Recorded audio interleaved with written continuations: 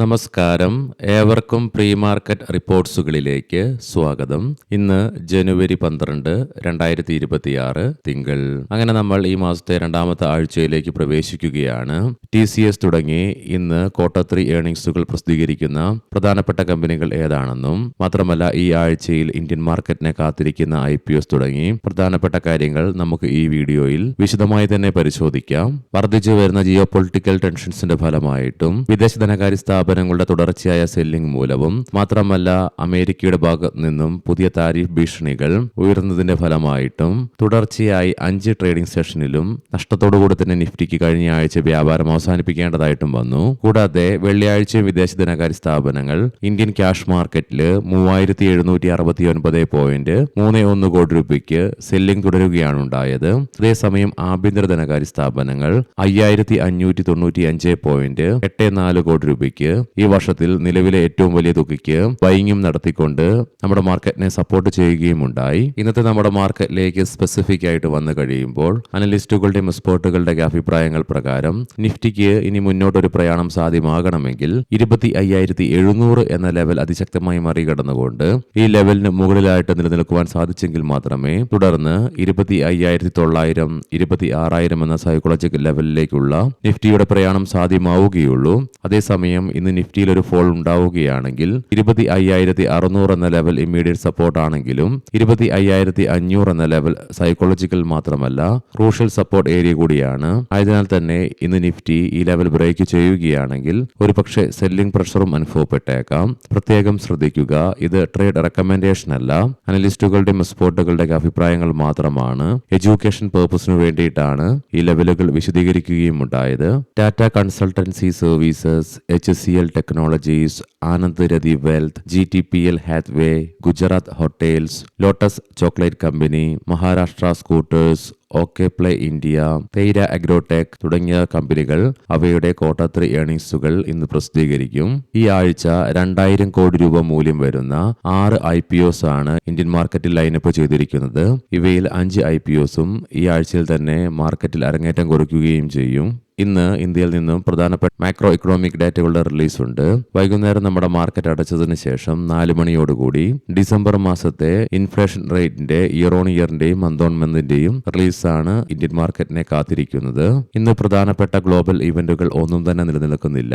Leading ആയ ADR സ്റ്റോക്സിൽ doctor Reddy's ADRന് 0.37% നേട്ടത്തോടുകൂടി തന്നെ വ്യാപാരം അവസാനിപ്പിക്കുവാനായപ്പോൾ HDFC ബാങ്ക് ADRന് 0.25%, ആക്സിസ് ബാങ്ക് ADRന് 1.5%-ലേറെയും നഷ്ടത്തോടുകൂടി തന്നെ വ്യാപാരം അവസാനിപ്പിക്കേണ്ടി വന്നപ്പോൾ ICICI ബാങ്ക് ADRന് 2%-ലേറെയും, ഇൻഫോസിസ് ADRന് 1.25%-അടുത്തും, വിപ്രോ ADRന് 1.5%-അടുത്തും നഷ്ടത്തോടുകൂടി തന്നെ വ്യാപാരം അവസാനിപ്പിക്കേണ്ടതായിട്ടും വരികയുണ്ടായി. ഇനി നമുക്ക് ഗ്ലോബൽ മാർക്കറ്റുകൾ പരിശോധിക്കാം. വെള്ളിയാഴ്ച നമ്മുടെ മാർക്കറ്റ് അടച്ചതിനു ശേഷം US മാർക്കറ്റിൽ S&P 500ന് 0.5%-ലേറെയും നാസ്ഡാക്കിന് 0.25%-ലേറെയും നേട്ടത്തോടുകൂടി തന്നെ വ്യാപാരം അവസാനിപ്പിക്കുവാൻ സാധിച്ചെങ്കിലും ഇന്ന് രാവിലെ വ്യാപാരത്തിൽ തുടർന്നുകൊണ്ടിരിക്കുന്ന യുഎസിലെ ഡോ ജോൺസ് ഫ്യൂച്ചർ 145 പോയിന്റുകളുടെ നഷ്ടത്തിലാണ് വ്യാപാരത്തിൽ തുടർന്നുകൊണ്ടിരിക്കുന്നതും. യൂറോപ്യൻ മാർക്കറ്റ്സിൽ UK മാർക്കറ്റിന് 0.5%-ലേറെയും ജർമ്മൻ മാർക്കറ്റിന് 0.5%-ലേറെയും നേട്ടത്തോടുകൂടി തന്നെ വ്യാപാരം അവസാനിപ്പിക്കുവാനായപ്പോൾ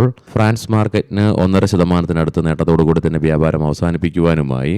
ഇന്ന് രാവിലെ വീണ്ടും വ്യാപാരം പുനരാരംഭിച്ച ഗിഫ്റ്റ് നിഫ്റ്റിയുടെ ഇൻഡിക്കേഷൻ പ്രകാരം സ്ലൈറ്റ്ലി നെഗറ്റീവായിട്ടൊരു ഓപ്പണിംഗ് ആണ് ഇന്ന് നമ്മുടെ മാർക്കറ്റിൽ എക്സ്പെക്ട് ചെയ്യുവാനായിട്ട് സാധിക്കുക. ഏഷ്യൻ മാർക്കറ്റ്സിലേക്ക് വരുമ്പോൾ ആകെ കൊറിയൻ മാർക്കറ്റ് മാത്രമേ വ്യാപാരം ആരംഭിച്ചിട്ടുള്ളൂ. നിലവിൽ കൊറിയൻ മാർക്കറ്റ് 1%-ലേറെ നേട്ടത്തോടു കൂടിയിട്ടുമാണ് വ്യാപാരം ഇന്ന് ആരംഭിച്ചിട്ടുമുള്ളത്. കൊമോഡിറ്റിയിൽ ബ്രെന്റ് ക്രൂഡിന്റെയും ക്രൂഡ് ഓയിലിന്റെയും വിലയിൽ 0.5%-ലേറെ ഉയർച്ചയാണ് നിലവിൽ കാണുവാനായിട്ട് സാധിക്കുക. ബ്രെന്റ് ക്രൂഡിന്റെ വില $63.51 പെർ ബാരൽ എന്ന നിലയിലായിട്ടും ക്രൂഡ് ഓയിലിന്റെ വില $59.32 പെർ ബാരൽ എന്ന നിലയിലേക്കുമായിട്ട് എത്തിച്ചേരുകയുണ്ടായി. ഗോൾഡിന്റെ വിലയിലും അതിശക്തമായ ഉയർച്ച തന്നെയാണ് നിലവിൽ അനുഭവപ്പെടുന്നത്. ഏകദേശം 1.25%-ലേറെ അഥവാ $80 $4,588.03 പെർ ഔൺസ് എന്ന നിലയിലായിട്ടാണ് ഗോൾഡിൽ വ്യാപാരം തുടർന്നുകൊണ്ടിരിക്കുന്നതും.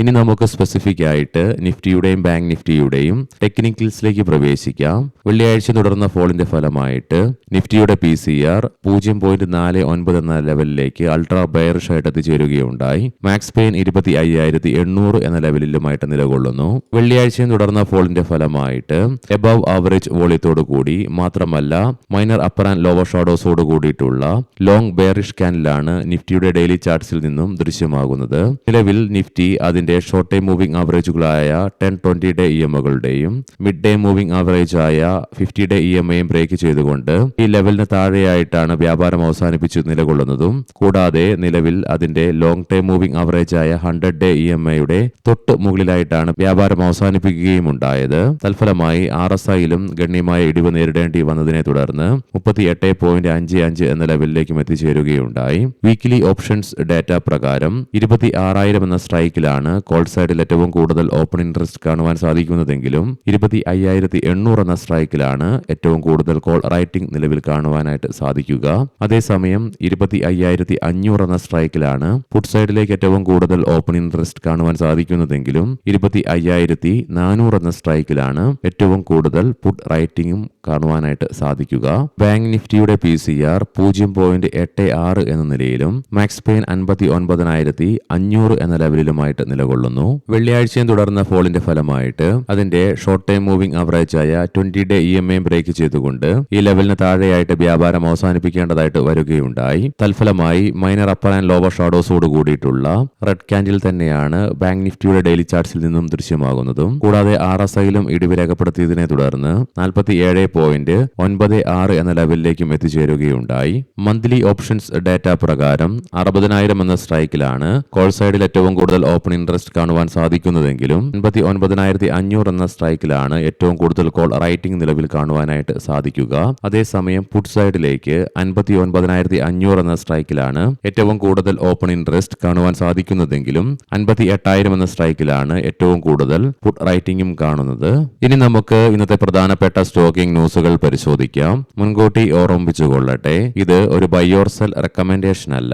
സിഗ്നേച്ചർ ഗ്ലോബൽ പറയാൻ പോകുന്നത് Q3 ബിസിനസ് അപ്ഡേറ്റ് ആണ്. ഇയർ ഓൺ ഇയർ ബേസിസിൽ പ്രീ സെയിൽസിൽ 27% ഇടിവ് രേഖപ്പെടുത്തിയപ്പോൾ 42% ഇടിവ് ഏരിയയുടെ വിൽപ്പനയിലും രേഖപ്പെടുത്തുകയുണ്ടായി. അതേസമയം കളക്ഷൻസിൽ 14% വളർച്ചയും രേഖപ്പെടുത്തി.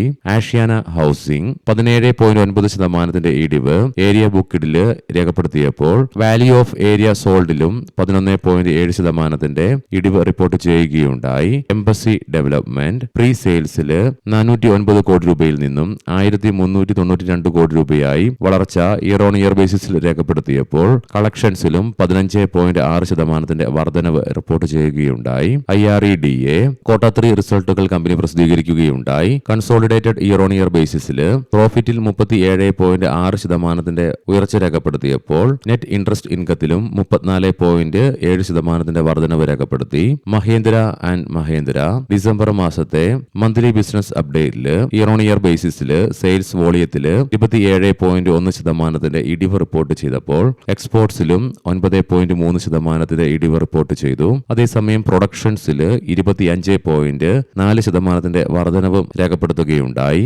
NTPC Sinnar thermal power limited ഏറ്റെടുക്കുന്നതിനായി മഹാരാഷ്ട്ര സ്റ്റേറ്റ് പവർ ജനറേഷൻ കമ്പനിയുമായി ഒരു ഷെയർ ഹോൾഡർ കരാറിൽ കമ്പനി ഒപ്പുവയ്ക്കുകയുണ്ടായി. വിശാൽ മെഗാമാർട്ട് കമ്പനിയുടെ സപ്ലൈ ചെയിൻ വൈസ് പ്രസിഡന്റിന്റെ സ്ഥാനം ശ്രീ രമേശ് രാജിവെക്കുകയുണ്ടായി. ഏവർക്കും നല്ല ഒരു ട്രേഡിംഗ് ദിനം ആശംസിക്കുന്നു. വൈകുന്നേരം പോസ്റ്റ് മാർക്കറ്റ് റിപ്പോർട്ട്സുമായി കണ്ടുമുട്ടാം. നന്ദി, നമസ്കാരം.